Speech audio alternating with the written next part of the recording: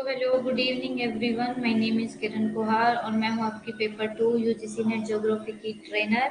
हमने अपनी previous class में ट्रॉपिकल साइक्लोन टॉपिक को कंप्लीट कवर कर लिया है। अब हमने टोर्नेडो, थंडरस्टॉर्म और टेम्परेट साइक्लोन के बारे में पढ़ना है। तो जल्दी से आप जो है क्लास ज्वाइन करें ताकि हम जो अपनी क्लास है वो शुरू करते हैं। गुड इवनिंग बच्चे, गुड इवनिंग बच्चे।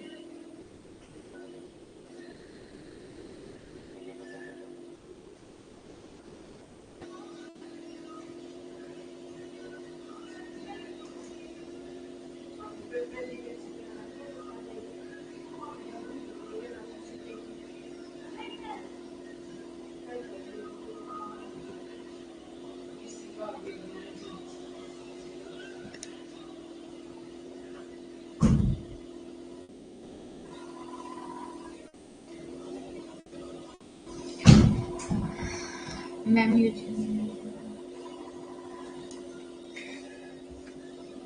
देखो इरिश, हम ये नहीं बोल सकते हैं कि कौन सा टॉपिक इम्पोर्टेंट है, कौन सा टॉपिक इम्पोर्टेंट नहीं है, किसको ज्यादा वेटेज दें, किसको ज्यादा वेटेज नहीं दें।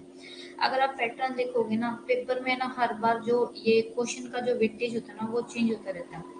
देखो जो आपके जो थॉट है, ज्योग्राफिकल थॉट है, उससे आपके ना 14 क्वेश्चन तो आते ही आते हैं। ठीक है, उसमें क्योंकि कुछ चेंज नहीं होता, कुछ करंट का ऐड नहीं होता है, वो वैसे ही रहता है।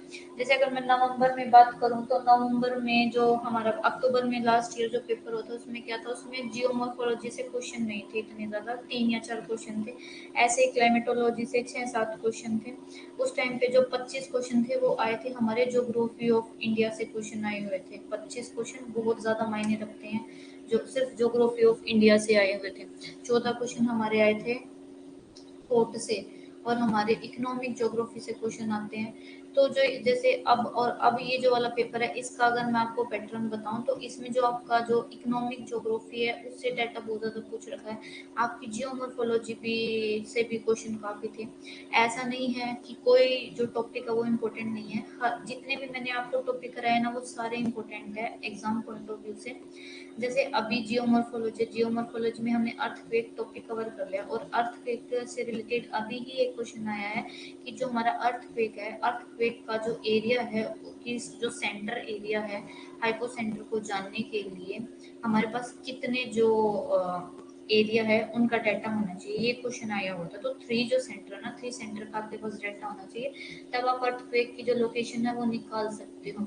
आप हर बार जो क्वेश्चन आता है रिमोट सेंसिंग से क्वेश्चन आते हैं, जो अब हमारी सैटेलाइट है, सैटेलाइट का कभी हमसे जो हमारा रेजोल्यूशन होता है, रेजोल्यूशन से क्वेश्चन पूछ लिए जाते हैं। हमारा जो जीआईएस है, जीआईएस के जो सॉफ्टवेयर है उनसे क्वेश्चन पूछ लिए जाते हैं कि कौन सा सॉफ्टवेयर जीआईएस से रिलेटेड है, कौन सा सॉफ्टवेयर जीआईएस से रिलेटेड नहीं है।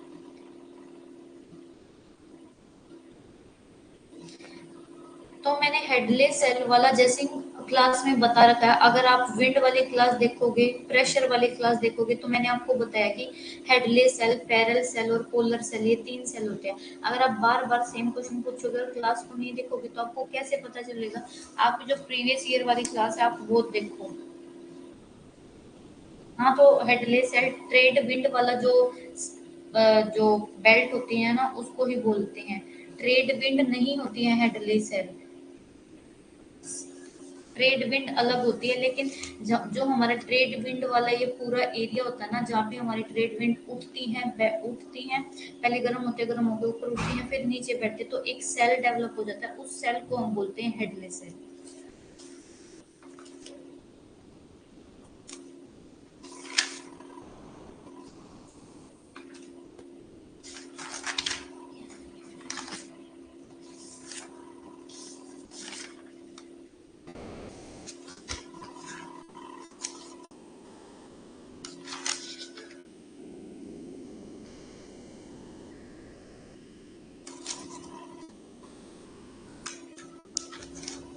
ट्रेड विंड बेल्ट को बोलते हैं जैसे हेडलेस सेल।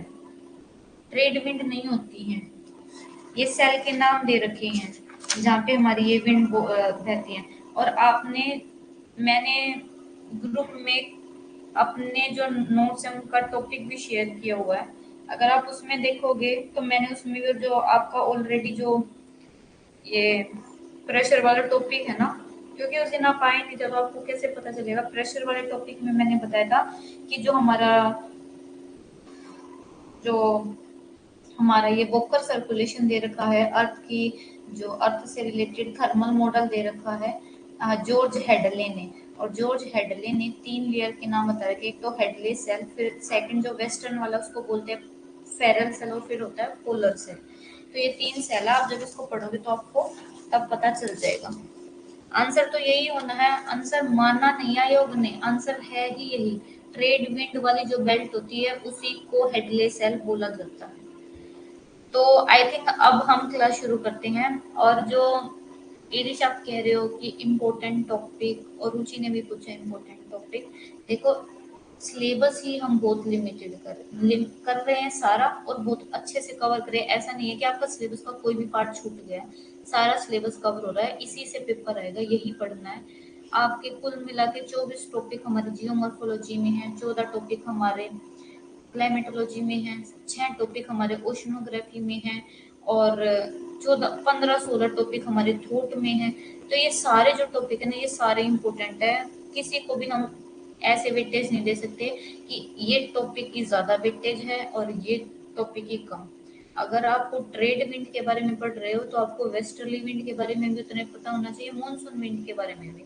कुल मिला के ये होता है कि आपको कंसेप्ट क्लियरिटी होनी चाहिए। अगर आपको कंसेप्ट की क्लियरिटी नहीं है ना, क्योंकि अब क्वेश्चन आने लगे कंसेप्ट बेस्ड, अगर आपको कंसेप्ट समझ में आ रखा है कि विंड क्या होती है, कैसे चलती है, कौन कौन सी विंड काम आती है, तो आप इजीली बता दोगे कि ये कौन सी विंड है, विंड कैसे चलती है, सब पता है ना आपको। तो आप आराम से जो क्वेश्चन है ना वहाँ पे सोल्व कर सकते हो। और रही बात पेपर को सोल्व करने का, एक तरीका होता है, ऐसे नहीं है कि चले गए लग गए और क्वेश्चन सोल्व करने लगे, ऐसे नहीं सोल्व करना है। क्वेश्चन पेपर भी एक तरीके से सोल्व करना है। वो जब हमारा एग्जाम पास में आएंगे तो उससे पहले हम एक सेशन रखेंगे, उस सेशन में हम बात करेंगे कि कैसे आपको पेपर अटेम्प्ट करना है, ठीक है। तो अब हम जो अपनी क्लास है वो शुरू करते हैं।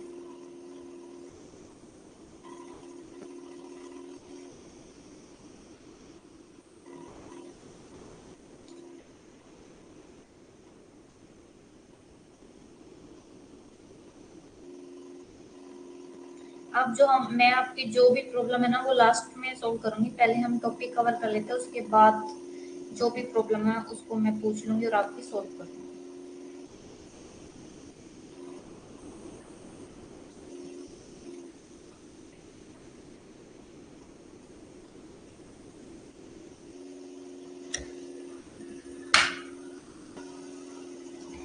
तो ये देखो हमने अपनी जो फर्स्ट क्लास है ना उसमें जो ट्रॉपिकल साइक्लोन है उसको कंप्लीट कर लिया है। अब हमारा है ट्रॉपिकल साइक्लोन के बाद हमारा टोर्नेडो, ठीक है। अब टोर्नेडो क्या होते हैं, हिंदी में इसको बोला जाता है बवंडर। जो हमारे टोर्नेडो होते हैं वो फनल शेप होते हैं। फनल शेप कैसी होती है, यानी कीप के आकार की। ये देख रखी है ना ऐसे, ठीक है। ये कीप के आकार की नीचे से होती है, और ये ऊपर क्या होते हैं, ऐसे जोड़े होते हैं। तो इनकी कैसे होता है, कीप के आकार का तूफान होता है जिसका ऊपरी भाग छतरी के आकार का होता है, जबकि निचला हिस्सा पाइप की तरह होता है जो जमीन की सतह को छूता है। ये देखो, ये है हमारा बवंडर। ये क्या है, नीचे से पाइप जैसा है, ऊपर कैसा है, हमारा अम्ब्रेला की तरह फैला हुआ है, ठीक है। ये किसका एक हवा का तूफान है, हवा का बवंडर है। अब ये बनता कैसे है, ये भी ऐसे बनता है जैसे हमारा साइक्लोन बनता है, ट्रॉपिकल साइक्लोन जैसे बनता है, ठीक है। जो लोअर पोर्शन किससे जुड़ा होता है, लोअर पोर्शन हमारे धरती से, धरातल से जुड़ा होता है, अर्थ सरफेस को टच करता है, ठीक है। इसका जो डायमीटर है, अगर मैं इसके ऊपर वाले पार्ट का, ये वाला जो भाग है, इसके ऊपर वाले भाग की बात करूं, इसके ऊपर वाले भाग के डायमीटर की, तो वो 90 मीटर है। और जो लोअर पोर्शन है, ये वाला, ये लोअर पोर्शन, इसका जो डायमीटर है ये है 40 मीटर। और जो हमारे टोर्नेडो है, टोर्नेडो की जो स्पीड है वो है 400 से 800 किलोमीटर पर आवर, यानी कि पर घंटे ये 400 से 800 किलोमीटर स्पीड से ये बहता है। तो देखो ये कितना डिजास्ट्रस है और कितना विनाशकारी है, कितना विनाश करता है। ये जो इसकी स्पीड है ये किस पे डिपेंड करती है, ये स्पीड डिपेंड करती है जो हमारा प्रेशर ग्रेडियंट कैसा है, यानी कि जो हमारा प्रेशर है, दो एरिया है उनके बीच में जो प्रेशर है, प्रेशर में डिफरेंस कैसा है। अगर बहुत ज्यादा प्रेशर में डिफरेंस होता है, मान लो ये जो प्लेस है, एक जगह का जो तापमान होता है वो है 10 और एक जगह का जो तापमान है वो है 50, तो ये जो प्रेशर में जो डिफरेंस है वो तो बहुत ज्यादा हो जाएगा, यहाँ पे बहुत ज्यादा हाई प्रेशर हो जाएगा और यहाँ पे बहुत ज्यादा लो प्रेशर हो जाएगा। तो विंड कैसे मूव करते हैं, विंड इस हाई प्रेशर से लो प्रेशर की तरफ ऐसे सर्कल में मूव करने लगते हैं, इतनी तेज तेज तेज मूव करने लग जाती हैं, इतनी ज्यादा स्पीड हो जाती है कि इसका आकार कैसा हो जाता है, ये एक अम्ब्रेला जैसा हो जाता है। और इनकी जो एवरेज स्पीड होती है ये देखो मैंने बता दिया है 400 से 800। बवंडर की गति परिभाषित मार्ग और दिशा में नहीं होते, यानी कि जो इनकी जो डायरेक्शन होती है ना हमारे टोर्नेडो की, इनका कोई रूट डिफाइन नहीं होता कि किस डायरेक्शन में आ रहे हैं, किस डायरेक्शन में जा रहे हैं, ये कोई डिफाइन नहीं है। इन पे इतनी ज्यादा जो है डीप स्टडी नहीं हो रही है, अभी भी इसके कुछ कंसेप्ट है उनके बारे में हमें नॉलेज नहीं है, वे कंसेप्ट अभी जो साइंटिस्ट है उसके बारे में स्टडी कर रहे हैं। और जो टोर्नेडो है वो बहुत नैरो पाथ, यानी कि इनका जो पाथ होता है वो कैसा होता है, बहुत भीड़ा होता है। ये देखो ये जो इनका रास्ता होता है ना बहुत भीड़ा होता है, और रास्ते में कुछ ऑब्स्ट्रक्शन आता है ना तो ये उस ऑब्स्ट्रक्शन से ना बच के चलते हैं और अपना रास्ता जो है चेंज कर लेते हैं। मान लो यहाँ पे कोई बिल्डिंग वगैरह, तो ये क्या करता है उससे बच के चलेगा, वहां से अपना जो पाथ है वो डेविएट कर लेता है, ठीक है। और क्या कहता है, मूवमेंट टोर्नेडो की कोई वेल डिफाइन नहीं है। जो एवरेज स्पीड है 40 से 60 किलोमीटर पर आवर है, और इसका कोई वेल डिफाइंड रूट यानी कि कोई दिशा और डायरेक्शन वेल डिफाइन नहीं है।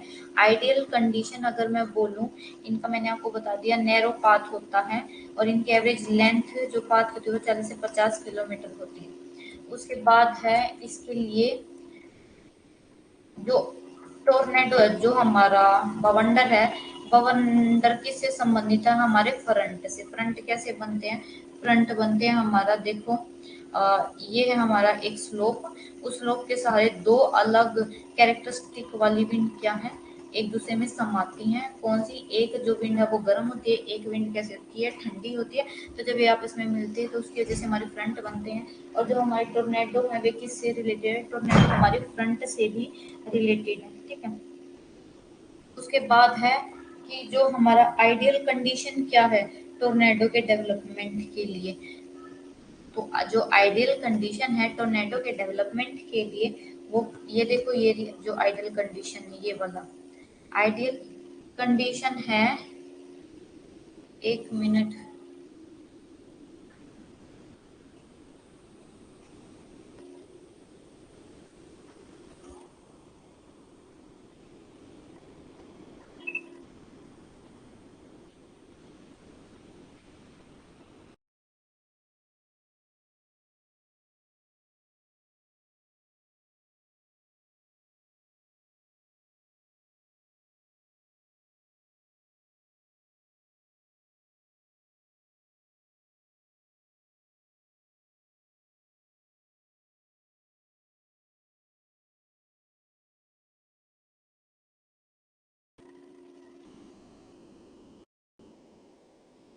तो हमने ये पढ़ लिया था, अब ये देख रहे थे कि जो हमारा आइडियल कंडीशन है वो आइडियल कंडीशन कैसी होती है हमारे बवंडर के डेवलपमेंट के लिए। तो बवंडर के डेवलपमेंट के लिए हमारी जो आइडियल कंडीशन है, up thrusting of warm and moist air, ठीक है। यानी कि जो हमारा गर्म और जो नरम हवा है उसका क्या है, उत्थान होता है, यानी कि वो नीचे से क्या ऊपर उठती है। जैसे हमारा ट्रॉपिकल साइक्लोन में ऊपर उठते हैं, ऐसे ही हमारा क्या है, वार्म और मॉइस्ट जो विंड है उसका क्या है, अप थ्रस्ट होता है, ऊपर की तरफ होती है। एंड जो हमारी सब ट्रॉपिकल एयर मासेस है, ये वही है जैसे हमारा फ्रंट बनता है। देखो एक बार मैं समझा देती हूँ, जैसे ये है हमारी वार्म विंड और ये है हमारी कोल्ड विंड। कोल्ड विंड क्या करती है, कोल्ड एयर मास इस वार्म एयर मास को ऊपर उठा देती है, और इसकी वजह से क्या बनता है हमारा, ये टोर्नेडो बनती है। और जो टोर्नेडो हमारे वर्ल्ड के किसी भी पार्ट में डेवलप हो सकते हैं एक्सेप्ट जहाँ पे कोल्ड रीजन होगा, ठीक है।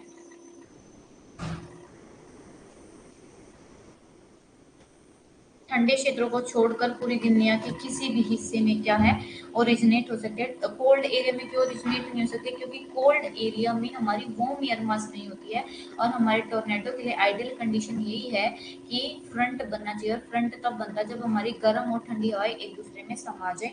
उसके बाद जो हमारा 45 डिग्री लैटिट्यूड है, ये आपको एग्जांपल दे रखा है कि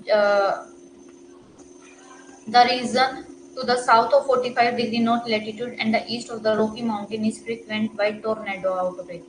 अप्रैल से सितंबर में आते हैं, और 45 डिग्री नॉर्थ से लेके जो हमारा रॉकी माउंटेन, ये वाला ईस्ट वाला जो रॉकी माउंटेन का पार्ट है, यहाँ तक हमारे क्या है, यहाँ तक हमारे नॉर्थ अमेरिका में क्या आते हैं, यूनाइटेड स्टेट में टोर्नेडो आते हैं। और ये कहता है जो टोर्नेडो है ना, टोर्नेडो की जो वेलोसिटी है, एक फ्यूजिटा स्केल है। फ्यूजिटा स्केल किसके लिए बनाया गया? फ्यूजिटा स्केल है टोर्नेडो की विंड वेलोसिटी, यानी कि विंड की कितनी स्पीड है, ये याद रखना। टोर्नेडो जो फ्यूजिटा स्केल है वो क्या मेजर करता है? एक तो ये मेजर करता है कि विंड की वेलोसिटी कितनी, यानी कि विंड की स्पीड कितनी है, विंड की वो कितनी तेजी से बह रही है, और दूसरा है कि उसने कितना नुकसान किया है। ठीक है, ये जो पैमाना वो क्या है, फ्यूजिटा जो स्केल है उससे माप दिया जाता है कि सबसे पहले तो विंड की वेलोसिटी, दूसरा उससे जो है डैमेज, कितना डैमेज हुआ है। ये आपका नेट में पेपर, नेट का जो पेपर अपना यूजीसी नेट का, उसमें आया हुआ है कि जो फ्यूजिटा स्केल है वो किससे रिलेटेड है? फ्यूजिटा स्केल रिलेटेड है टोर्नेडो से। और दूसरा जो फ्यूजिटा स्केल है वो किसको मेजर करता है? तो विंड की वेलोसिटी को और डैमेज जो उसके द्वारा डैमेज हुआ, ये याद रखना। उसके बाद है अब हमारे थंडरस्टॉर्म। थंडरस्टॉर्म का मतलब है हमारे झंझावत। ठीक है, अब यानी कि थंडरस्टॉर्म क्या होते हैं? जिसमें हमारा जो बिजली होती है, तूफान होता है, वो सब एक साथ होता है, तो उसको क्या बोलते हैं? उसको बोलते हैं हमारा थंडरस्टॉर्म, यानी कि गरज, जिसमें हमारा बिजली भी होता है, तूफान भी होता है, बारिश भी होती है। पहले हमारी लाइटनिंग होती है, फिर हमारा लाइटनिंग होती है, गर्जिंग होती है, और फिर हमारा क्या होता है? बारिश होती है। तो जो हमारा थंडरस्टॉर्म है, थंडरस्टॉर्म को ना जो हमारा टर्शरी एटमॉस्फेरिक सर्कुलेशन है उसमें माना जाता है।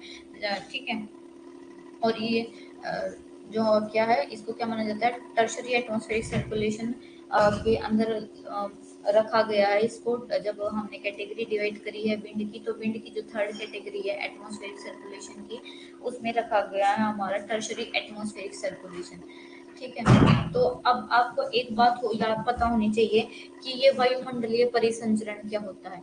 एक तो होती है हमारी एयर, और एक होती है हमारी विंड। ठीक है, तो जो एयर होती है, पवन होती है, वो कैसे होती है? उसमें सिर्फ वर्टिकल मूवमेंट होती है, और जो हमारी विंड होती है उसमें क्या, उसमें हॉरिजॉन्टल मूवमेंट होती है, वो होती है विंड। एयर में और विंड में डिफरेंस याद रखना।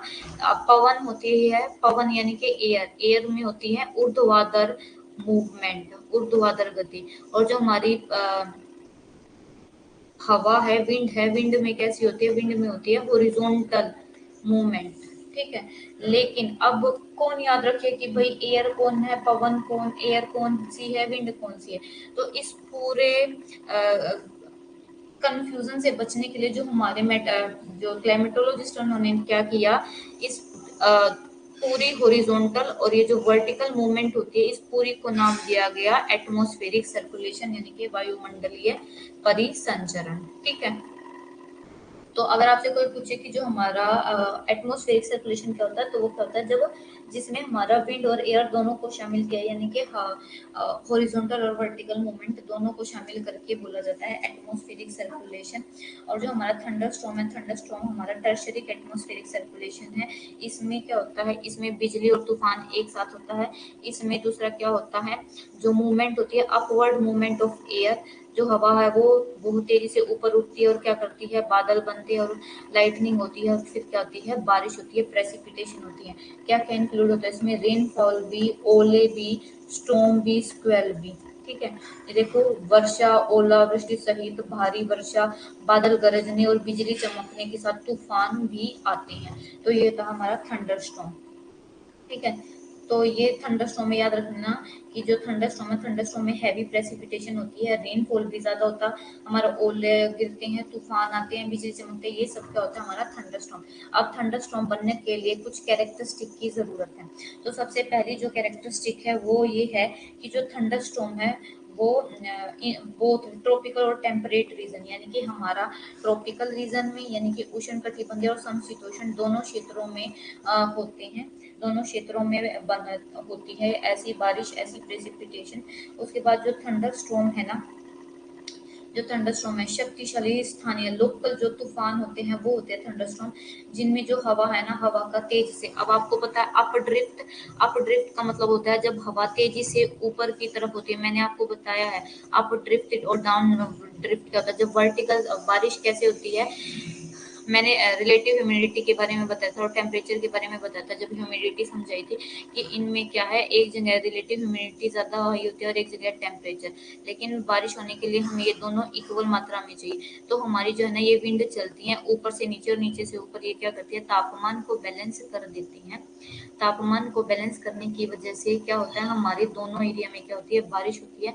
तो जब ये हवा ऊपर की तरफ उठती है तो इनको क्या बोला जाता है, अप ड्रिफ्ट, और जब नीचे की तरफ आती है तो इनको क्या बोला जाता है, डाउन ड्रिफ्ट बोला जाता है। ठीक है, इसमें सबसे पहले क्या होता है, अप ड्राफ्ट, यानी कि अपवर्ड मूवमेंट होती है, किसकी होती है, हमारी हवा की सेंट्रल पॉइंट से। और ये क्या होती है, powerful thermodynamic machines. Thermodynamic machines का मतलब है कि जिनमें जो पोटेंशियल एनर्जी कन्वर्ट होती है काइनेटिक एनर्जी में। अब ये किसकी वजह से पोटेंशियल एनर्जी काइनेटिक एनर्जी में चेंज होती है, वो होती है हमारी लेटेंट हीट ऑफ कंडेंसेशन, यानी कि हमारी गुप्त ऊष्मा के। अब ये पोटेंशियल एनर्जी क्या है और हमारी काइनेटिक एनर्जी क्या है। जैसे अब मैं बैठी हूँ, ठीक है, और मैं कुछ नहीं कर रही हूँ, तो ये कौन सी एनर्जी है, ये है हमारी पोटेंशियल एनर्जी। जिस लेकिन जब मैं चलने लगती हूँ, मूवमेंट करने लगती हूँ या दौड़ने लगती हूँ, तो वो किसकी वजह से होती है, तो वो होती है हमारी काइनेटिक एनर्जी की वजह से। तो जो पोटेंशियल एनर्जी होती है, पोटेंशियल एनर्जी में कोई भी गति नहीं होती है, कोई भी काम शुरू नहीं होता है, लेकिन जब मैं मूवमेंट करने लगती हूँ, मान लो बॉल अभी मेरे हाथ में और मैं एक पोज में खड़ी हो जाती हूँ, तो वो तो होगी मेरी पोटेंशियल एनर्जी। लेकिन जब मैं अपने हाथ को उछाल के बॉल को दूर तरफ से फेंक देती हूँ, वो दूर फेंकने लगती हूँ, तो वो जो हमारा एनर्जी लगी, वो जो एनर्जी चेंज हो गई पोटेंशियल एनर्जी से काइनेटिक एनर्जी में, मैंने क्या है, मूवमेंट करी, और इस मूवमेंट को बोलते हैं हमारी काइनेटिक एनर्जी। जैसे यहाँ पे मैं खड़ी हूँ, बॉल लेके, ये मेरा हैंड है अभी मेरे पास है, लेकिन जब मैं इसको ऐसे उछाल के ऐसे दूर फेंकती हूँ, तो ये जो मूवमेंट हुई है, इसके ये क्या हो गया, हमारा पोटेंशियल एनर्जी काइनेटिक एनर्जी में चेंज हुई है। अब ये पोटेंशियल एनर्जी काइनेटिक एनर्जी में चेंज किसकी वजह से हुई है, ये हमारी हुई है गुप्त ऊष्मा की वजह से। ठीक है, तो ऐसे ही क्या है, हमारी बारिश इसमें थंडर स्टॉर्म में होता है कि जो हमारा ये जो थंडर स्टॉर्म है, ये क्या है, थर्मोडायनेमिक मशीनें हैं, जिसमें जो संभावित ऊर्जा है, पोटेंशियल एनर्जी, वो किस में चेंज हो जाती है, हमारी काइनेटिक एनर्जी में, किसकी वजह से, गुप्त ऊष्मा की वजह से। ठीक है, और जो गुप्त ऊष्मा है, गुप्त ऊष्मा क्या है, गति प्रदान करती है, परिणामी। ठीक है, किसको एनर्जी प्रोवाइड करती है, जो काइनेटिक एनर्जी है ना, काइनेटिक एनर्जी मोमेंटम प्रोवाइड करते हैं, किसको, जो हमारे ये तूफान होता है, तूफान को गति, मूवमेंट कौन प्रोवाइड करता है, जो ये तूफान चलता है, इसको मूवमेंट प्रोवाइड करता है हमारा काइनेटिक एनर्जी। मूवमेंट, मूवमेंट से याद रखना कि मूवमेंट किसकी वजह से होता है, हमारा काइनेटिक एनर्जी से। उसके बाद जो हमारा थंडर स्टॉर्म है, वो क्या है, एक सेलुलर टाइप का है। सेलुलर टाइप का मतलब क्या है, ये देखो, ये हमारा सतह है, यहाँ से क्या है, हवाएं गर्म होकर ऊपर उठी, हवाएं गर्म होकर ऊपर उठी और गर्म होकर क्या है, फिर भी नीचे बैठने लगेंगी, तो क्या है, एक सेल सा बन जाएगा, ये ऐसे एक सेल सा बन जाएगा। तो ये तो हमारा जो थंडर स्टॉर्म है, थंडर स्टॉर्म क्या होता है, एक सेल होता है, नरम हवा, जो नम हवा, उसका एक केशिकीय प्रकार होता है, जिसमें क्या होता है, वर्टिकल संचलन होती है, जिसमें कई कन्वेक्शनल जो सेल है वो शामिल होते हैं, ऐसे ऐसे जो है विंड उठने लगते हैं, कई सेल जो है डेवलप हो जाते हैं। कभी कभी क्या होता है, कभी कभी जो हमारा झंझावात है या थंडर स्टॉर्म है, उसमें सिंगल कन्वेक्टिव सेल भी हो जाते हैं, जिसकी वजह से क्या, जब सिंगल यानी कि सिर्फ एक कन्वेक्टिव सेल होगा, तो वो क्या होगा, वो इतना ज्यादा विनाशकारी नहीं होगा, शक्तिशाली नहीं होगा, जिसकी वजह से वो क्या होता है, लेस डिजास्टर्स होता है। लेकिन जब बहुत सारे कन्वेक्शन जो सेल हवे बन जाते हैं, उसकी वजह से क्या है, बहुत प्रचंड तूफान आते हैं, बहुत तेजी से। जैसे आप देखते हो कि कभी कभी बहुत तेज से बारिश आती है, बहुत तेज से बारिश चलती है, हवा बहुत तेज से हवा चलती है, और फिर बादल गरजते हैं, बिजली कड़कती है, तो ये कौन सा तूफान है, ये है हमारा थंडरस्टॉर्म। ये मैंने आपको बता दिया, सिंगल कन्वेक्टिव सेल जो है बहुत ज्यादा क्या है, पावरफुल नहीं होता, लेकिन जब बहुत सारे होता है वो बहुत ज्यादा क्या होते हैं, पावरफुल होते हैं। ठीक है, उसके बाद जो हमारा ट्रॉपिकल थंडरस्टॉर्म, जो हमारा ट्रॉपिकल थंडरस्टॉर्म है वे किससे एसोसिएट करते हैं, वे हैवी, जो हमारा ट्रॉपिकल थंडरस्टॉर्म का मतलब है कि जो हमारा उष्णकटिबंधीय तड़ित झंझा है वो किससे रिलेटेड है, उससे भारी बारिश होती है, बादलों की गड़गड़ाहट होती है और बिजली के साथ क्या होती है, बिजली के साथ बादलों की गड़गड़ाहट होती है। ट्रॉपिकल थंडरस्टॉर्म क्या होता है, इसमें ना बहुत भारी मात्रा में बारिश होती है, क्लाउड, थंडर, बादल गरजते हैं, लाइटनिंग होती है। ठीक है, ये तो हो गया हमारा ट्रॉपिकल में, ये तो हमारा होगा ट्रॉपिकल में। लेकिन अब उसके बाद है हमारे मिड लैटिट्यूड। मिड लैटिट्यूड में क्या होता है कि वहां पे ओले गिरते हैं और स्नो, ओले गिरते हैं, क्लाउड क्या है, थंडर करने लगते हैं, बिजली चमकती है। ठीक है, क्या होती है, मध्य अक्षांश में ओलों और फुहारों से भी जुड़े होते हैं। भारी वर्षा तो होती ही होती है, लेकिन वहां पे ओले भी गिरते हैं, फुहारे भी गिरते हैं। उसके बाद है हमारा, लेकिन जहाँ पे हमारी ड्राई क्लाइमेट होती है, यानी कि जैसे हमारा हो गया डेजर्ट एरिया, वहां पे क्या है, कोई भी प्रेसिपिटेशन नहीं होती। आर्द्र कटिबंधों में, यानी कि जो हमारा occurrence of thunderstorm in humid, जो जैसे जहाँ पे हमारी नमी ज्यादा होती है, नमी ज्यादा, वाटर अवेलेबिलिटी ज्यादा होती है, वहां तो हमारा ये फिनोमिना डेली का, जैसे हमारा है इक्वेटोरियल एरिया 0 डिग्री के पास, वहां पे क्या है, वहां पे इवेपोरे, अब एक बात याद रखना, मैंने आपको थर्ड क्लास जब पढ़ाई थी टेम्परेचर में, उसमें ये बताया था कि जो हमारा इक्वेटोरियल एरिया है, इक्वेटोरियल एरिया में टेम्परेचर सबसे ज्यादा मिलता है, लेकिन यहाँ पे टेम्परेचर होना तो सबसे ज्यादा चाहिए, लेकिन हमारा इक्वेटर पर मिलता नहीं है। मिलता कहाँ है, हमारा कर्क रेखा और मकर रेखा होती है, यहाँ पे अयनवर्तीय रेखाओं के बीच। ठीक है, इस पे इक्वेटर पे क्यों नहीं मिलता, क्योंकि यहाँ पे क्या है, यहाँ पे इवेपोरेशन बहुत ज्यादा होता है और यहाँ पे वेजिटेशन बहुत ज्यादा है, एवरग्रीन प्लांट मिलते हैं, जिससे यहाँ, जिसके कारण यहाँ पे क्या है, इवेपो ट्रांसपिरेशन भी बहुत ज्यादा है। और यहाँ पे क्या है, हर दिन 4 बजे के बाद क्या है, यहाँ पे भारी मात्रा में वर्षा होती है, और वो वर्षा किसकी वजह से होती है, एक कन्वेक्टिव, जो हमारी संवहन तरंग है, कन्वेक्शनल जो रेनफॉल है वो यहीं पे होती है। ठीक है, तो जो हमारा ह्यूमिड ट्रॉपिक है, यानी कि जो आर्द्र भाग है, जहाँ पे पानी की अवेलेबिलिटी है, जहाँ पे नमी है, वहां पे तो ये फिनोमिना थंडरस्टॉर्म का डेली है, लेकिन घटना डेली, लेकिन जो आर्द्र भाग है, जहाँ पे हमारी जो समुद्र है, समुद्र पे तो ये डेली की घटना हो जाएगी, लेकिन जैसे भूमि की सतह है, वहां पर क्या है, महासागरों की तुलना में क्या है, कम नमी होती है, तो वहां पे जो ये एक्टिविटी है वो क्या होती है, कम होती है। ठीक है, और जो ये हमारा थंडर स्टॉर्म है ना, थंडर स्टॉर्म कैसा है, थंडर स्टॉर्म हमारा,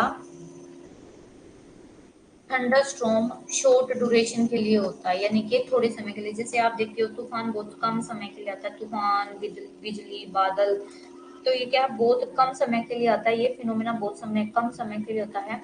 जो इनकी लाइफ साइकिल होती है, इस, जो हमारे थंडरस्टॉर्म है, थंडरस्टॉर्म की जो लाइफ साइकिल है वो क्या, कितनी देर में कंप्लीट हो जाती है, 1 घंटे या 2 घंटे में। इससे ज्यादा कुछ घंटे, 4 से 5 घंटे रह सकता है, उससे ज्यादा ये नहीं रहता। तो इनका जो जीवन चक्र है 1-2 घंटे में पूरा हो जाता है। कभी कभी ये तूफान कुछ घंटों तक ही रहता है, लेकिन 2 दिन 3 दिन नहीं चलता है लगातार, क्योंकि इनमें नमी नहीं रहती है। अगर एवरेज की मैं बात करूं तो क्या है, एवरेज जो 16 मिलियन थंडरस्टॉर्म है, हर साल में 16 मिलियन थंडरस्टॉर्म होते ही होते हैं। ठीक है, तो जो स्ट्रॉन्ग थंडरस्टॉर्म है वो एसोसिएट क्या करता है, किसके साथ, जो हमारा क्या है, जो बहुत ज्यादा शक्तिशाली हमारा झंझावत है, उसमें क्या होती है, बहुत तेजी से प्रेसिपिटेशन, बारिश बहुत ज्यादा होती है, उसमें क्यूमुलोनिम्बस बादल बनते हैं, स्ट्रॉन्ग डाउनवर्ड मूवमेंट होती है, जिसको क्या बोला जाता है, डाउन बस्ट। डाउन बस्ट का मतलब है हवा नीचे जब उतरती है, जब नीचे हवा आएंगी तो उसकी वजह से भी क्या होगी, बारिश होगी, ऊपर जाएगी तो उसकी वजह से भी बारिश होगी। यहाँ पे ये वाला कंसेप्ट मत लगाना कि जब, ये कंसेप्ट है कि पहाड़ के एक साइड से चढ़ती है तो टेम्परेचर कम हो जाता है, रिलेटिव ह्यूमिडिटी जाता है, दूसरी तरफ से, ये वाला कंसेप्ट यहाँ पे मत लगाना। यहाँ पे कन्वेक्शन करंट चलते हैं, कन्वेक्शन करंट में क्या होती है, रिलेटिव ह्यूमिडिटी को और टेम्परेचर को इक्वल करती है, जिसकी वजह से क्या होती है, बारिश। ठीक है, यहाँ पे बारिश होती है, जो कन्वेक्टिव करंट चलती है, ये कन्वेक्टिव करंट बारिश करती है। ठीक है, ये देखो, ऐसे ये सबसे पहली स्टेज है, सबसे पहली स्टेज को क्या बोलते हैं, टावरिंग स्टेज। ठीक है, सबसे पहली जो स्टेज है उसको बोलते हैं टावरिंग स्टेज। उसको हम, जो हमारी स्टेज होती है हमारी 3 स्टेज होती हैं इसकी, यूथ स्टेज, मैच्योर स्टेज और डिस्ट्रक्टिव स्टेज। ठीक है, जो यूथ स्टेज होती है या टावरिंग स्टेज होती है उसमें क्या होता है, इसमें अप ड्रिफ्ट होगा, यानी कि जो हवा है हवा ऊपर की तरफ उठती है। मैच्योर स्टेज में क्या होगा कि अप ड्रिफ्ट भी होगा, हवा ऊपर भी जा रही है और नीचे भी आ रही है। ठीक है, तो इनके दोनों की वजह से क्या होगी, बारिश होगी। लेकिन जो थर्ड डिस्पेटिंग स्टेज है इसमें क्या होगा कि जो हमारा कोल्ड स्टेज होती है इसमें जो है अप, इसमें क्या है, अप ड्रिफ्ट खत्म हो जाता है। इसमें थर्ड स्टेज में अप ड्रिफ्ट देखो कहीं भी नहीं दिख रहा है, अप ड्रिफ्ट खत्म हो जाता है, सिर्फ डाउन ड्रिफ्ट नीचे की तरफ हवाएं उतरती हैं। ठीक है, और इसमें ऑल्टो स्टेटस और सीरो स्टेटस क्लाउड बनते हैं। इसमें कोई रेनफॉल नहीं होती है, स्टेबिलिटी आ जाती है एटमॉस्फेयर में। ये क्या है, खत्म होने की स्टेज है। ये सबसे ज्यादा यहाँ पे बारिश यहाँ पे होती है मैच्योर स्टेज में। लेकिन और दोनों, क्योंकि इसमें अप ड्रिफ्ट डाउन ड्रिफ्ट दोनों हो रहा है तो इसकी वजह से क्या है, बारिश भी बहुत ज्यादा होगी और लाइटनिंग थंडरिंग सब कुछ बहुत ज्यादा होगा मैच्योर स्टेज में। ये शुरुआती स्टेज है। और ये क्या है, डिसिपेटिंग स्टेज। स्टेज के नाम याद रखना। और आपसे ये पूछा जा सकता है कि अप ड्रिफ्ट में क्या सिचुएशन होती है। अप ड्रिफ्ट में हवा ऊपर की तरफ उठती है और मैच्योर स्टेज में अप ड्रिफ्ट डाउन ड्रिफ्ट दोनों होता है। और हमारे डिसिपेटिंग स्टेज में सिर्फ क्या होता है, डिसिपेटिंग स्टेज में सिर्फ होता है हमारा डाउन ड्रिफ्ट। और ये कैसे होती है, यहाँ पे हमारी जो सॉरी डिस्पेटिंग स्टेज है, यहाँ पे हमारी जो डाउन ड्रिफ्ट है वो खत्म हो जाती है, बारिश नहीं होती है। ठीक है, ये हमारी तीनों स्टेज आप देख सकते हो। यहाँ पे जो बादल बनेंगे वो कौन से बादल होते हैं, यहाँ पे हमारे बादल होते हैं क्यूमुलोनिम्बस बादल जो बारिश करते हैं। अब ना कुछ कंडीशन है हमारे थंडरस्टॉर्म के डेवलपमेंट के लिए। अगर पहले मेरे को बता दो कि थंडरस्टॉर्म टॉपिक से रिलेटेड, पहले मैं आपकी एक बार प्रॉब्लम लिख देती हूँ, कहीं मैं पढ़ाए जाऊँ और आप लोगों को कुछ समझ ही नहीं आया आ रहा।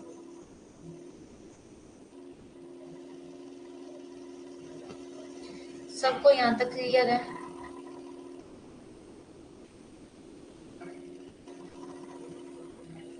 जल्दी से बताओ, फिर थंडरस्टॉर्म खत्म करने के बाद हम अपना नेक्स्ट टॉपिक भी पढ़ते हैं।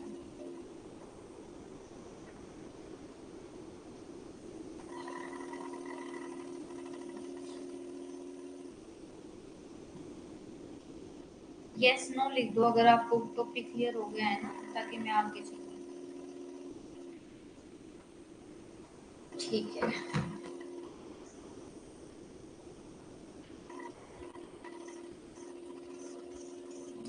तो ये जो कंडीशन है, हर टॉपिक में आपको कंडीशन कैरेक्टरिस्टिक, जैसे मैंने आपको साइक्लोन कराया, साइक्लोन की क्या कंडीशन है ओरिजिन होने के लिए, उसकी क्या कैरेक्टरिस्टिक है, टिप्स पे याद कर लेना। आपको जो स्टेटमेंट वाइज क्वेश्चन आएंगे और जो असर्शन रीजन के क्वेश्चन आएंगे वो वहीं से आएंगे।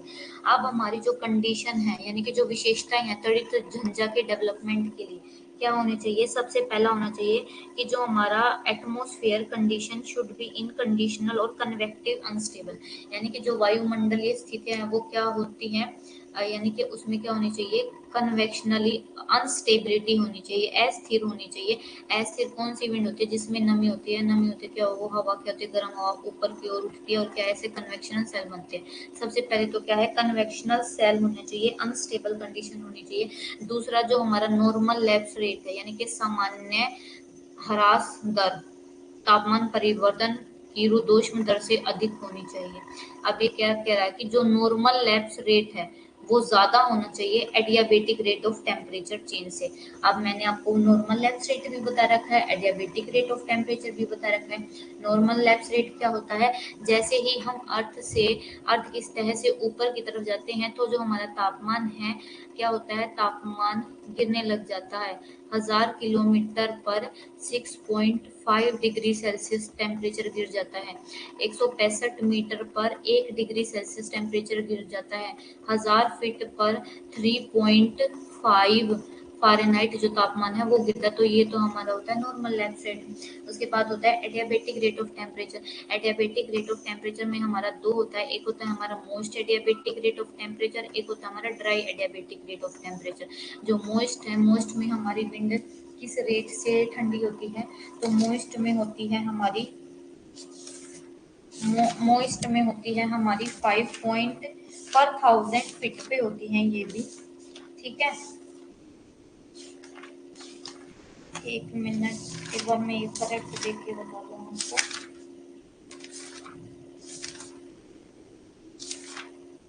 हाँ, जो हमारा ड्राई एडियाबेटिक चेंज होता है, यानी कि जो डिक्रीज होता है, वो जो तापमान है ड्राई एडियाबेटिक रेट में, जो जैसे ही विंड नीचे से ऊपर उठती है, जो तापमान में चेंज होता है जिस रेट से होता है, वो क्या होता है 5.5 फ़ारेनहाइट पर 1000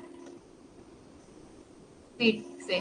और इसमें जो हमारा मोइस्ट है, मोइस्ट में कितने से चेंज हो रही है, मोइस्ट में चेंज हो रही है हमारे 3 डिग्री फीट पर 1000 फीट से, ठीक है। क्योंकि जो हमारा मोइस्ट है ना, मोइस्ट धीरे धीरे क्या है, धीरे धीरे जो तापमान है धीरे धीरे वो ठंडी होएगी, क्योंकि उसमें ऑलरेडी नमी मौजूद है। लेकिन जो हमारा ड्राई एडियाबेटिक है वो क्या है, एकदम से ठंडी होगी, क्योंकि इसमें कोई भी वाटर वेपर नहीं है। इसमें क्या, इसमें ऑलरेडी वाटर वेपर है। तो ये क्या, ये कम रेट से ठंडी हो रही है, ये ज्यादा रेट से ठंडी हो रही है, ठीक है। तो ये होता है हमारा मोस्ट एडियाबेटिक और ड्राई एडियाबेटिक। जो मैंने नोट्स भेज रखे हैं आपको, उसमें ये है, ठीक है। उसके तो मैंने आपको कौन सी कंडीशन समझा दी है, फर्स्ट कंडीशन समझा दी है, सेकंड कंडीशन समझा दी है। उसके बाद ये कह रहा है कि क्या है, गर्म नरम नम और ऊपर उठती अस्थिर हवा होनी चाहिए। कैसी हवा होनी चाहिए, गर्म हवा होनी चाहिए, उसमें नमी होनी चाहिए, और क्या है, वो ऊपर की तरफ मूवमेंट करती हो, ठीक है। उसके बाद जो हमारी फोर्थ है, फोर्थ स्टेज ये है कि there should be enough supply of moisture from the ground surface of air. यानी कि जो हमारा ग्राउंड है, ग्राउंड सरफेस के पास जो है वाटर वेपर की अवेलेबिलिटी होनी चाहिए। अगर ओशनिक पार्ट होगा तो यहाँ पे वाटर अवेलेबिलिटी ज्यादा होगी, अगर लैंड पार्ट होगा तो यहाँ पे वाटर अवेलेबिलिटी कम होगी, ठीक है। तो कैसी सतह होनी चाहिए, ऐसी सतह होनी चाहिए जहाँ पे नमी की पर्याप्त मात्रा होगी। नमी की पर्याप्त मात्रा कहाँ पे होगी, जहाँ पे पानी होगा, ठीक है। उसके बाद है हमारा जो क्यूमुलोनिम्बस बादल है, क्यूमुलोनिम्बस बादल की मोटाई होनी चाहिए, वो क्यूमुलोनिम्बस बादल बननी चाहिए। और जो हमारा उसके बाद है संघनन और संलयन की गुप्त ऊष्मा, लेटेंट हीट ऑफ जो एनर्जी है, लेटेंट हीट ऑफ जो कंडेंसेशन है, वो क्या है की पर्याप्त आपूर्ति होनी चाहिए, जो क्या करती है, जो हमारी पोटेंशियल एनर्जी को काइनेटिक एनर्जी में चेंज करती है। आपको मैंने अभी बताया था कि पोटेंशियल एनर्जी को चेंज करने के लिए काइनेटिक एनर्जी में किसकी जरूरत है, हमारे लेटेंट हीट ऑफ कंडेंसेशन की। और लास्ट है कि there should be efficient trigger effect for causing augmenting convective mechanism. यानी कि जो गतिक ऊर्जा में जो तूफानों को शक्ति प्रदान करती है, तंत्र उत्पन्न करने और बढ़ाने के लिए कुशल ट्रिगर, यानी कि एक ट्रिगर इफेक्ट तो होना चाहिए। ट्रिगर इफेक्ट क्या होता है, जो हमारी हवा को ऊपर उठने में हेल्प करता है, उनको एनर्जी प्रोवाइड करने में हेल्प करता है। तो ये जो कंडीशन है, ये जो कैरेक्टरिस्टिक्स हैं, आपको याद रखनी है, कंडीशन हमारे थंडरस्टॉर्म से रिलेटेड। उसके बाद अब हम कर रहे हैं टेम्परेट साइक्लोन। ये हमारा क्या हो गया, ये हमने टोर्नेडो पढ़ लिया, हमने थंडरस्टॉर्म पढ़ लिया। अब हम पढ़ रहे हैं ट्रॉपिकल साइक्लोन, ठीक है। ट्रॉपिकल नहीं, sorry, temperate cyclone. Temperate cyclone से पढ़ने से पहले आपको क्या है, साइक्लोन के बारे में पता होना चाहिए। साइक्लोन क्या होता है, साइक्लोन मैक्सिमम साइक्लोन कब आते हैं, जो ट्रॉपिकल साइक्लोन जो मैंने अभी कराए थे, ट्रॉपिकल साइक्लोन मोस्टली आते हैं हमारे 1 जून से 30 जून तक। ये आपका क्वेश्चन आया हुआ है यूजीसी नेट के पेपर में, लिख लेना कि जो हमारा ट्रॉपिकल साइक्लोन है वो 1 जून से 30 नवंबर तक हमारे ट्रॉपिकल साइक्लोन आते हैं। अब हमारे यहाँ टेम्परेट साइक्लोन यानी कि समशीतोष्ण चक्रवात।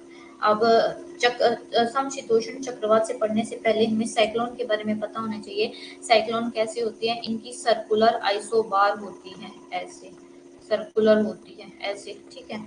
आइसोबार क्या होती है, आइसोबार वो लाइन होती है जो समान प्रेशर वाले, समान दबाव वाले स्थानों को मिलाती है मानचित्र पे।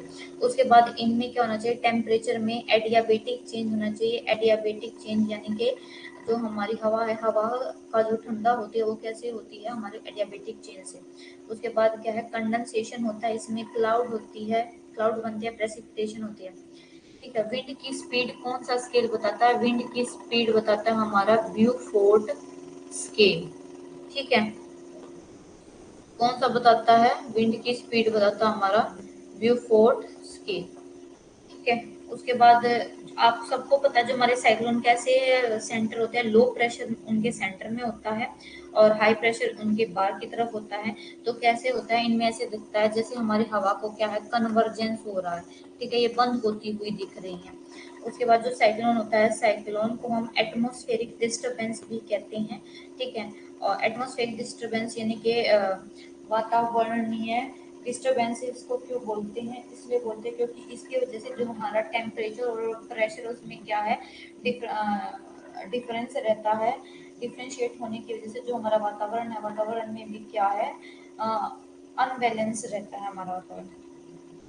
और जो में विंड की जो वेलोसिटी है वो कैसी है, वो बहुत ज़्यादा होती है, जिसकी वजह से क्या है कि गेल फोर्स अटेंड कर लेती है, और जिसकी वजह से क्या है, चक्रवात, तूफान, साइक्लोनिक स्टॉर्म आता है। अब हम पढ़ते हैं साइक्लोन के दो टाइप है, जिसमें से हमने ट्रॉपिकल साइक्लोन ओनली पढ़ लिया। ट्रॉपिकल साइक्लोन हमारे कर्क रेखा और मर्क रेखा के बीच में बनते हैं।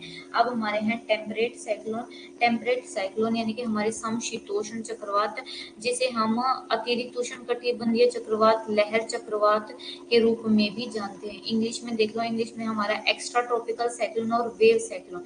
एक्स्ट्रा ट्रॉपिकल साइक्लोन यानी कि ये तो हमारा है 0 से 23 डिग्री के बीच, यानी कि 0 से 30 के बाद, 30 के ऊपर वाला जो एरिया है, यानी कि 35 से 65 के बीच वाला जो लैटिट्यूड है, ये वाला एरिया कौन सा है, हमारा टेम्परेट साइक्लोन, यानी कि एक्स्ट्रा ट्रॉपिकल इसलिए कहा गया है कि ट्रॉपिकल एरिया से एक्स्ट्रा वाला जो एरिया है उसको क्या बोलते हैं, एक्स्ट्रा ट्रॉपिकल साइक्लोन या वेव साइक्लोन, ठीक है, बोलते हैं। उसके बाद क्या है, उसके बाद ये है कि इनको वेव साइक्लोन क्यों बोलते हैं, मैंने आपको बता दिया है। और इनमें जैसे जैसे हम अंदर से बाहर की तरफ चलते हैं तो क्या है, प्रेशर में क्या है, इंक्रीज होता जाता है प्रेशर। यहाँ पे लो प्रेशर होता है और बाहर क्या होता है, हाई प्रेशर होता है, ठीक है।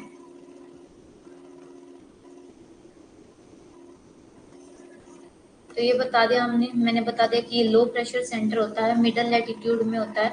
इसमें भी क्या होता है, दो एयर एक स्लोप के सहारे क्या पास आती है, और क्या है उनमें ये जो बनता है फ्रंट बनता है, और जब इसमें मूवमेंट होती है तो ये क्या एक साइक्लोन बन जाता है। ये और ये कहाँ बनते हैं, ये बनते हैं हमारे 35 से 65 लैटिट्यूड के बीच में, दोनों हमारे हेमिस्फीयर में। किसकी वजह से, कन्वर्जेंस होता है दो कॉन्ट्रास्टिंग एयर मास का, एक गर्म और एक ठंडी। एक गर्म और एक ठंडी, जब ये दोनों एयर मास कन्वर्ज करती है, आपस में मिल जाती है, उसकी वजह से हमारा क्या बनता है, टेम्परेट साइक्लोन। इसमें क्या होता है, इसमें गर्म हवा, गर्म हवा होती है, उसमें नमी होती है, ठीक है। ये तो जैसे हमारी ट्रॉपिकल।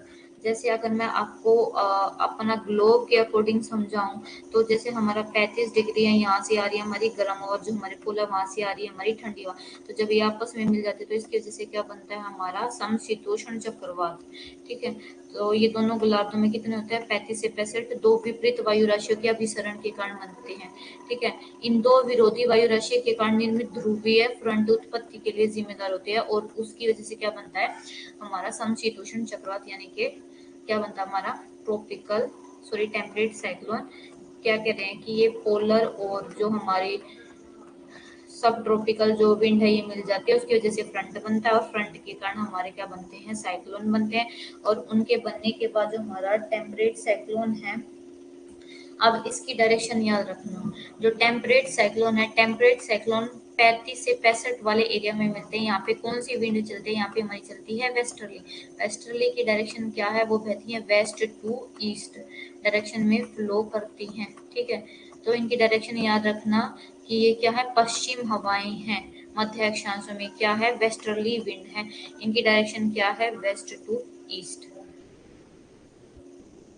ठीक है। ये देखो ऐसे बनता है, ये हमारा है कोल्ड, ये हमारा है वोम, और ये हमारी है कोल्ड विंड। जब वोम विंड कोल्ड विंड के एरिया में घुसना चाहती है, और कोल्ड विंड वोम विंड के एरिया में घुसना चाहती है, तो इसकी वजह से क्या बनता है हमारा, ये देखो ये साइक्लोन बन गया। पहले समझो, यहाँ पे तो ये तो हो गया हमारा फ्रंट, ये फ्रंट बन गया, ठीक है। ऊपर ये क्या बन गया, ये हमारा क्या बन गया, इनकी वजह से साइक्लोन बन गया। कोल्ड एयर क्या है, घुसना चाहती है वार्म एयर के क्षेत्र में, तो हमारी वार्म एयर क्या करती है, बीच में लो प्रेशर, जहाँ पे लो प्रेशर होता है वहां पे कैसी होती है, वार्म विंड होती है, और बाहर की तरफ कैसे होती है, हमारी ठंडी विंड। ये सबको पता है। जो हमारे साइक्लोन होते हैं, कैसे प्रेशर होता है, साइक्लोन होता है लो प्रेशर सिस्टम, और बाहर कैसा होता है, हाई प्रेशर। हाई प्रेशर है तो इसका मतलब कैसा है, विंड कैसी होगी, होगी, यहाँ पे टेम्परेचर कैसा होगा, हाई टेम्परेचर होगा, तो कैसी विंड होगी, कोल्ड विंड होगी। तो कोल्ड विंड वार्म विंड की तरफ क्या है, आना शुरू कर देती है। तो ये जो एरिया ये हमारा है वार्म विंड का, और ये सारा जो एरिया ये हमारा है कोल्ड विंड का। तो ऐसे क्या बनते हैं, ऐसे बनते हैं हमारे टेम्परेट साइक्लोन। अब इनकी भी कैरेक्टरिस्टिक है, क्या क्या कैरेक्टरिस्टिक है, इनकी कैरेक्टरिस्टिक आपके लिए बहुत ज्यादा इंपॉर्टेंट है, याद रखनी है। सबसे पहले तो जो ये हमारे ट्रॉपिकल साइक्लोन होते हैं, ये इनकी जो शेप है वो डिफरेंट होती है। गोल हो सकते हैं, आधे गोल हो सकते हैं, अंडाकार होते हैं, लंबी वी शेप हो सकते हैं, ठीक है। तो और जो हमारे सेंटर और जो हमारा पेरिफेरी एरिया, बाहर वाला एरिया, इसके बीच में, इन दोनों के बीच में जो टेम्परेचर का यानी कि जो प्रेशर का डिफरेंस होता है वो 10 से 20 MPa का हो सकता है।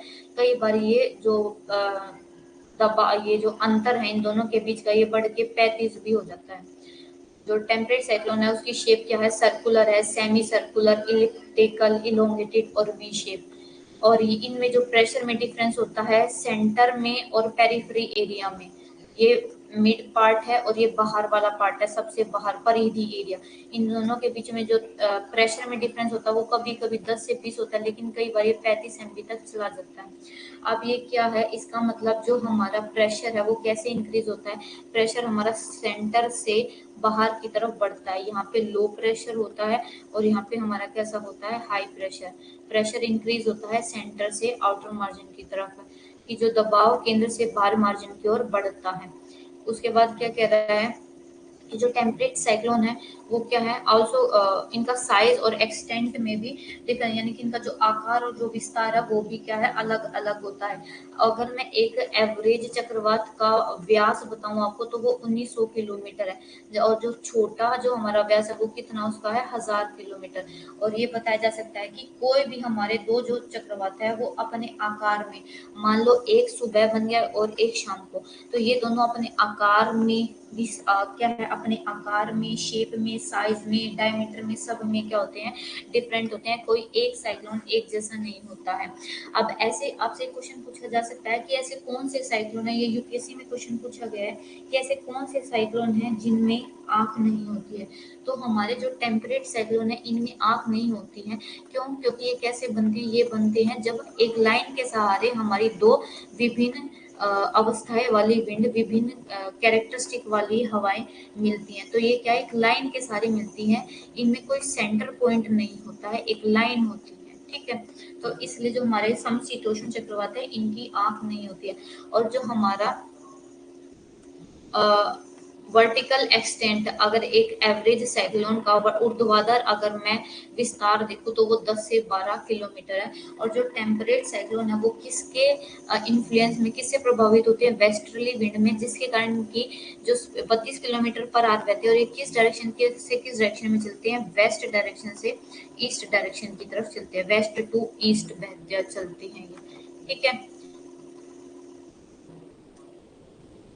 ये देखो जो हमारे साइक्लोन है, साइक्लोन नॉर्दर्न हेमिस्फीयर में, साइक्लोन कैसे चलते हैं, नॉर्दर्न हेमिस्फीयर में काउंटर क्लॉकवाइज, यानी कि काउंटर क्लॉकवाइज को हम एंटी क्लॉकवाइज कहते हैं, यानी कि सुई की घड़ियों के विपरीत। सुई हमारी किस डायरेक्शन में चलती है, ऐसे ऐसे हमारी सुई, लेकिन ये कैसे चलती है, ये हमारी ऐसे सुई की घड़ियों के विपरीत। और ये तो हमारा होता है नॉर्दर्न हेमिस्फीयर में। सदर्न हेमिस्फीयर में क्या है, क्लॉकवाइज चलते हैं, घड़ियों के अनुसार। ये याद रखना है कि जो हमारा tropical cyclone, temperate cyclone northern hemisphere में कैसे बहते हैं, सदर्न हेमिस्फीयर में कैसे चलते हैं। नॉर्दर्न हेमिस्फीयर में काउंटर क्लॉकवाइज या उसको एंटी क्लॉकवाइज कहते हैं, और सदर्न हेमिस्फीयर में क्लॉकवाइज। और ऐसे ही हमारा एंटी साइक्लोन है, एंटी साइक्लोन साइक्लोन का अपोजिट है। एंटी साइक्लोन जो नॉर्दर्न हेमिस्फीयर है उसमें घड़ी की सुइयों के अनुसार बहते हैं, और जो हमारा सदर्न हेमिस्फीयर उसमें घड़ी के विपरीत बहते हैं, की सुइयों के विपरीत, ठीक है।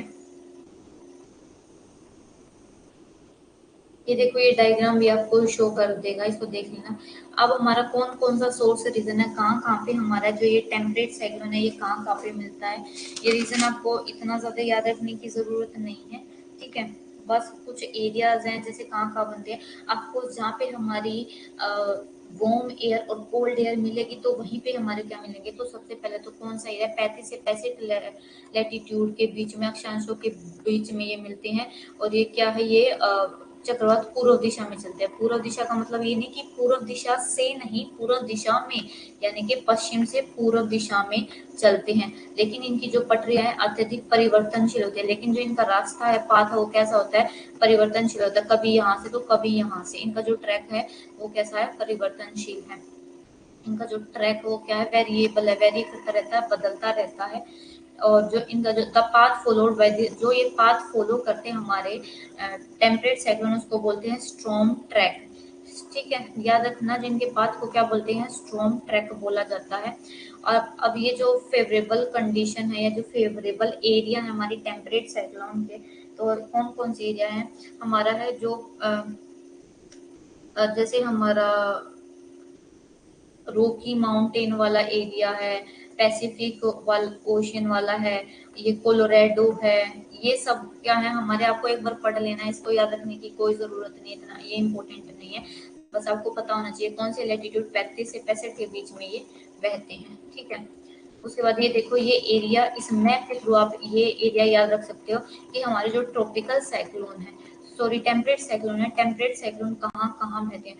तो ये जो ब्लैक से शो कर रखे हैं ये हमारे हैं मिडल लैटिट्यूड, और ये जो ग्रीन से ये हमारे हैं ट्रॉपिकल, ये है हमारे टेम्परेट साइक्लोन या एक्स्ट्रा ट्रॉपिकल साइक्लोन, ये वाले। और ये जो हमारा बीच का जो पार्ट रहेगा ये है हमारे ट्रॉपिकल साइक्लोन। ठीक है, ये सारा जो है आपको रीजन दे रखा है कि कहाँ कहाँ पे हमारा क्या है, ट्रॉपिकल साइक्लोन बनते हैं। आपको पता होना चाहिए कौन सी कोल्ड कंडीशन होती है कब। जैसे आपको पता है जब हमारे समर विंटर होती है, विंटर में मेडिटेरियन सी में क्या होती है, यानी कि जो हमारा यूरोप है, यूरोप में सर्दियों में बारिश होती है, जैसे इटली है यहाँ पे सर्दियों में बारिश होती है। तो उस टाइम पे क्या है, वहाँ पे भी कैसी होगी, जो हमारा लैंड वाला भाग है वहाँ पे कैसी कंडीशन होगी, वहाँ पे होगी वार्म कंडीशन। और ये जो हमारा ओशनिक पार्ट है यहाँ पे कैसी होगी, कोल्ड कंडीशन। क्योंकि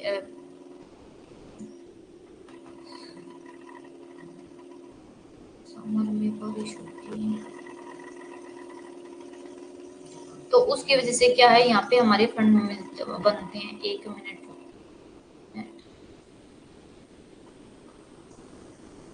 यहाँ पे जो सर्दियों में बारिश होती है ना यूरोप में, यूरोप में सर्दियों में बारिश किसकी वजह से होती है, वेस्टर्न डिस्टरबेंस। ये जो साइक्लोन होती है ना, ये साइक्लोन ही वहाँ पे क्या करते हैं, ये फ्रंट बनते हैं, और यूरोप में और जो बेसाल्टिक सी और मेडिटेरियन से वहाँ पे बारिश होती है। ठीक है, तो ये फ्रंट बनने के कुछ रीजन है, ये दो, ये सारे पांच के पांच रीजन आपको याद रखने हैं।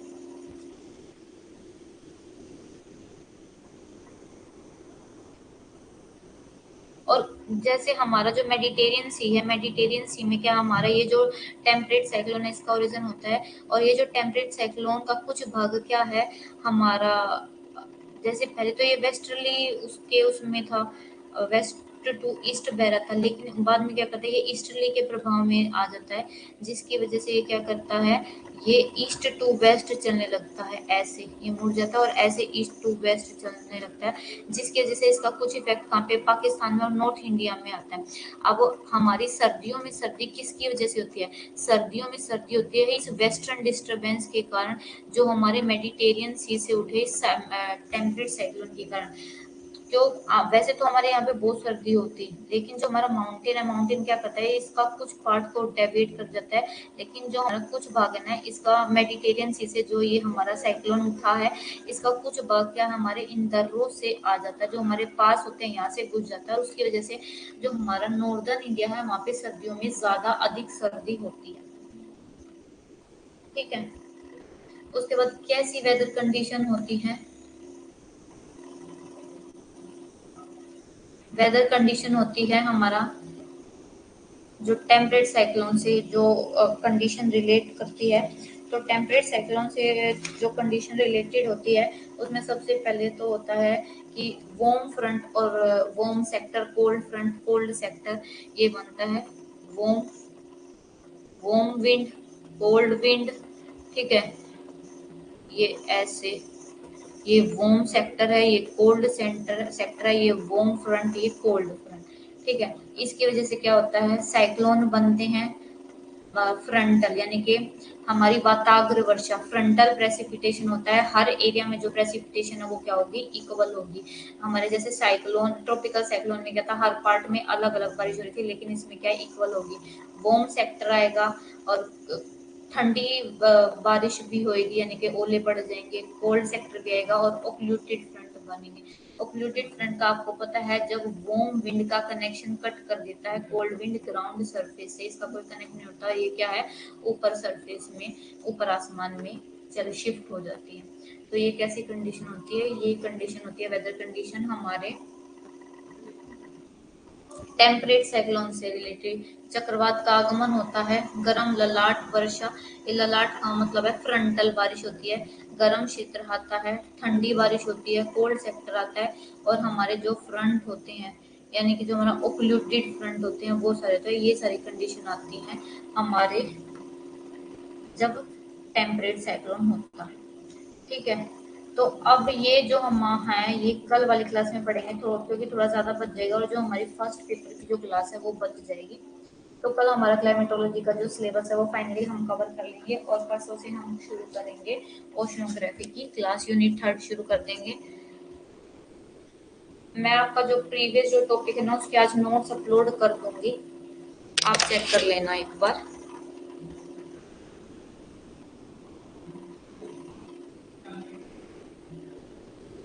गिरीश, क्या नहीं समझ में आया आपको, पूछो एक बार मेरे से, मैं आपको बताती हूँ।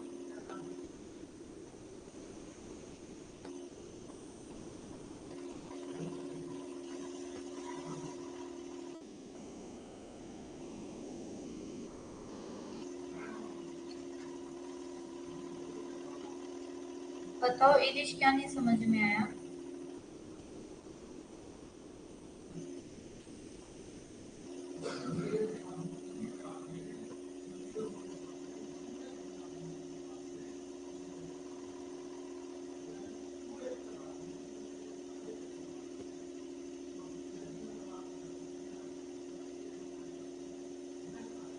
टेम्परेट साइक्लोन समझ में नहीं आया आपको? अभी तो मैंने पूरा ही आपको टेम्परेट साइक्लोन बताया है। आपको फ्रंट समझ में आ गया, इरिश फ्रंट?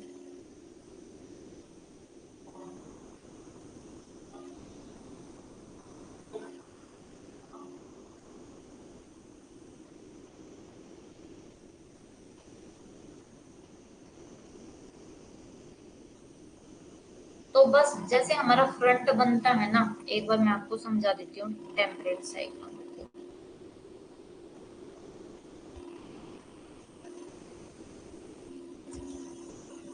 यहाँ पे ओपन कर लेती हूँ, तो बता देती हूँ टेम्परेट साइक्लोन क्या होते हैं। देखो, टेम्परेट साइक्लोन होते हैं जब एक स्लोप के सहारे एक तरफ से हमारी गर्म हवा आती है और एक तरफ से हमारी ठंडी हवा आती है। ये जब जब गर्म हवा कोशिश करती है ठंडी हवा के क्षेत्र में आने के लिए, और ठंडी हवा कोशिश करती है इस गर्म हवा के क्षेत्र में आने के लिए, तो क्या बन जाता है, हमारा साइक्लोन बन जाता है। ठीक है, ऐसे ही क्या है, साइक्लोन बन जाता है। अभी हम जब 6 स्टेज पढ़ेंगे ना तो उससे क्लियर हो जाएगा कि ये जो वार्म हवा है ये ऐसे इसके क्षेत्र में घुसने लग जाती है, और कोल्ड हवा वार्म के सेक्टर में घुसने लग जाती है। ये दोनों क्या है, इन दोनों का नेचर है कि ये एक दूसरे की जगह लेना चाहती है, तो उसकी वजह से क्या है, ये साइक्लोन बन जाता है। ये होता है हमारा टेम्परेट साइक्लोन। ठीक है, टेम्परेट साइक्लोन कैसे बनता है, जैसे ये है हमारा 65 डिग्री नॉर्थ, और ये है हमारा 35 डिग्री नॉर्थ। इसमें क्या होता है, नीचे से आती है हमारी, क्योंकि ये हमारा कैसा एरिया है, ट्रॉपिकल एरिया, यहाँ पे सनशाइन, यहाँ पे टेम्परेचर ज्यादा मिलता है, तो यहाँ से जो विंड चलेगी वो होगी गर्म, और यहाँ से जो पोलर एरिया वहां से कैसी विंड आएगी, ठंडी। ये जब दोनों आपस में मिलेंगी और एक दूसरे के एरिया में घुसने की कोशिश करेंगी तो क्या बनेंगे, हमारे टेम्परेट साइक्लोन। और इनको एक्स्ट्रा ट्रॉपिकल साइक्लोन इसलिए बोला जाता है क्योंकि ये एक्स्ट्रा ट्रॉपिकल, यानी कि ये तो हमारा ट्रॉपिकल एरिया, ट्रॉपिकल से जो एक्स्ट्रा होता है, यानी कि ये वाला यहाँ पे जो बनेगा वो क्या बनेगा, हमारा टेम्परेट साइक्लोन, इसलिए इसको क्या बोला जाता है, एक्स्ट्रा ट्रॉपिकल साइक्लोन। ठीक है, बस यही है इसकी कैरेक्टरिस्टिक, बस वही है जो सेम हमारी किसकी है, सेम फ्रंट की है।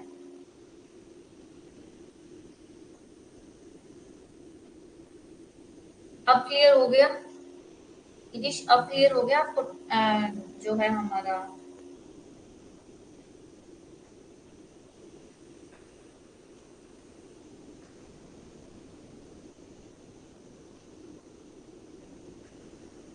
ठीक है, तो चलो गुड नाइट सभी को। आप सब अपना ध्यान रखें, पेपर की अच्छे से तैयारी करें, बिना टेंशन के करें। और डेली जो मैंने आपको बोला है, डेली 15 से जो 20 मॉक टेस्ट है उनकी रिवीजन करो।